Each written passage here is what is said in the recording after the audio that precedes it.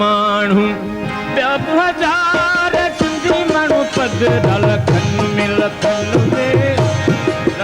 में सुहिणा ओ मुंहिंजा सुहिणा माण्हू ॿिया बि हज़ार सिंधी माण्हू पधरा लखनि में सुहिणा माण्हू ॿिया बि हज़ार सिंधी माण्हू पधरा लखनि में सुहिणा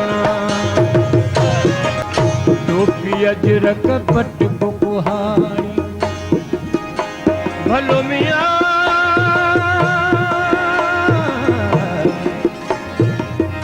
टोपी अजरक पट बुहारी टोपी अजरक पट बुहारी आहे असांजी सुञाणप यार सुहिणा माण्हू ॿिया बि हज़ार सिंधी माण्हू पधरा लखनि में ओ सुहिणा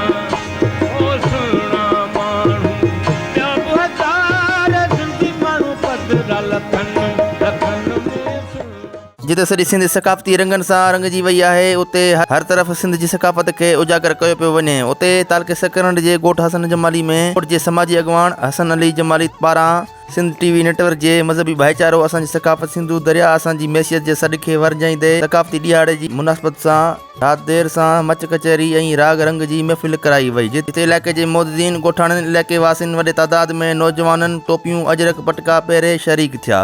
प्रोग्राम में मक़ामी फ़नकारनि क़ौमी सकाफ़ती सूफ़ियाना गीत ॻाए महफ़िल खे चार चंड लॻाए वाह वाह कराए छॾी ऐं नौजवाननि खे झुमरियूं रक़्स करण ते मजबूर करे छॾियो।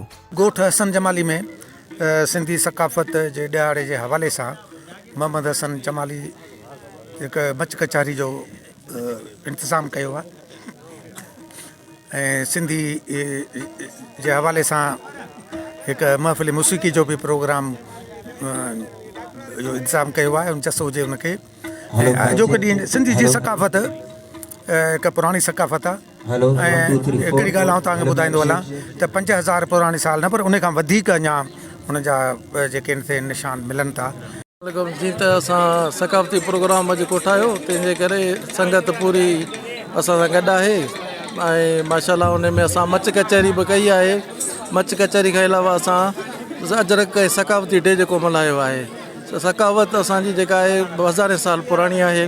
असां उन सकाफ़त खे उजागर कंदासीं त असांजी अॻिली नसल उन सकाफ़त खे पाण सां गॾु खणी ईंदी। ज़बरदस्त सिंध सकाफ़त जे हिसाब सां कहिड़ी तारीफ़ जेतिरी तारीफ़ कयूं सिंध जी घटि आहे माशाल्लाह ज़बरदस्त। वरी उन खां पोइ हसन माशाल्लाह अहिड़ी सकाफ़त जो असुल सकाफ़त त माशाल्लाह हिते वरी अची ॾिठी थी। माशाल्लाह असां पहिरों त शुक्रगुज़ार आहियूं भाऊ हसन जा जो समूरे दोस्तनि खे अहिड़े ॾींहं ते असांखे घुराई ऐं एॾी त ख़ुशी आहे ऐं नौजवान नसल खे असां ॿिन्ही हथनि सां सलाम कयूं था जेके अची असां सां गॾु हुननि ताउन कयो आहे ऐं हिन महफ़िल में ऐं हिंदी खे ॾाढो जोश सां मल्हायो आहे। माशाल्लाह ईद जे ॾियारे खां बि माशाल्लाह माना अॼु ॾियारो असांखे ॾाढी ख़ुशी थी आहे ऐं माना दिलचस्पी ऐं रेस हसन जे पारां ई मच ॿई ॻाल्हियूं थियूं। सिंध जो सकाफ़त ॾियारो बि आहे वरी मच कचहरी बि रखी वई आहे। ॾाढो माना ख़ुशी थियो मज़ो पियो अचे ईद जे ॾियारे खां वधीक। ये असांजे अॼु दोस्तनि हसन अली जमाली साहिबु हसन जमाली ॻोठ में मच कचहरी जो प्रोग्राम रखियो आहे। जेके दोस्तनि खे इनवाइट कई सभई दोस्त हिते गॾु थिया थी। हीअ सिंध जी सकाफ़त आहे जेका 5000 साल पुराणी सकाफ़त आहे। उन खे उजागर करण लाइ हीअ जेको आहे प्रोग्राम कया विया आहिनि इहो ज़रूरी बि आहिनि छो त असांजी न्यू जनरेशन जेका अचे थी उन खे बि ख़बर पए त असांजी सकाफ़त आख़िर छा आहे। माशाल्लाह अॼु अॻे त ॿुधंदा हुआसीं ॾिसंदा बि हुआसीं शहरनि में मच कचहरी। हाणे त असांजे ॿाराड़ी जे हर ॻोठ घिटियुनि गलियुनि में मच कचहरी आहे। हिते बि असांजे ॻोठ हसन जमाली में मच कचहरी आहे जेको प्रोग्राम ज़बरदस्त पियो हले। जी हा ईद वंगर असां हिन ॾियारे खे मल्हाईंदा आहियूं ऐं ज़बरदस्त सिंध जी सकाफ़त असांजी ख़ुशी जो इज़हार आहे। हे मच कचौरो जेको असांजी सकाफ़ती आहे जेको संगत खे गॾु कयो आहे हीअ ईद जो ई ॾियारो त अॼु असांजो आहे सभिनी जो। पर सिंधु दरिया में जेके 6 के नालनि से नामंदूर ऐं उन खां हीअ जेका शाम आहे सिंध टीवी न्यूज़ जे तरफ़ खां असां वटि मल्हाई पई वञे। असां ख़ूब इंजॉय पिया कयूं अल्हम्दुलिल्लाह। हीअ जेको कल्चरल प्रोग्राम आहे हिन खे असां हर साल ईद जीअं मल्हाईंदा आहियूं।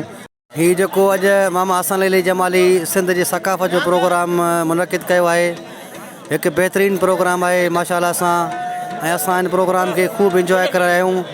असांजे ॿारड़नि में अहिड़ा प्रोग्राम घटि थींदा आहिनि पर मामा हसन अली जमाली प्रोग्राम बेहतरीन अरेंज कयो आहे, खूब इंजॉय कयूं पिया। 5000 साल पुरानी जेका तहज़ीब आहे उन खे उजागर करण लाइ हींअर वॾे पैमाने ते हिन खे जेको हिते डेवलप कयो वञे, ऑर्गेनाइज़ कयो वञे।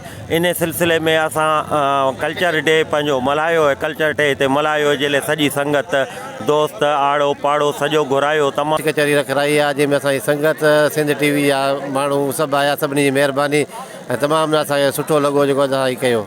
अॼु ही जेको मेलो आहे असांजे कल्चर डे जे हवाले सां आहे ऐं मूंखे तमामु घणी ख़ुशी थी रही आहे असांजे नौजवान नसल खे ॾिसी करे, जंहिंजो जेको जोशी फ़रोग़्त आहे। इंशाअल्लाह ताला असां हर साल ईअं मल्हाईंदासीं ऐं हर साल वधि खां वधि असां तव्हांखे रंग ॾेखारींदासीं। मच कचहरी ऐं राग रंग जी महफ़िल में मक़ामी फ़नकारनि पंहिंजे सुरीले आवाज़ वसीले सुरीला सुर विखेरिया।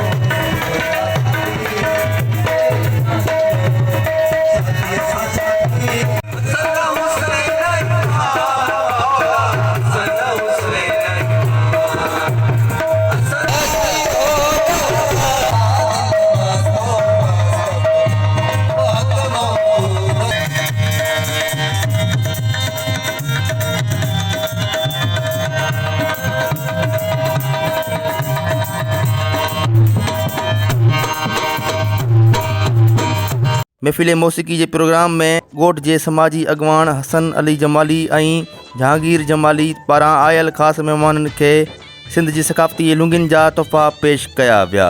कैमरामैन टीम सां गॾु रियाज़ ज़रदारी, सिंध टीवी न्यूज़, सराड़ी।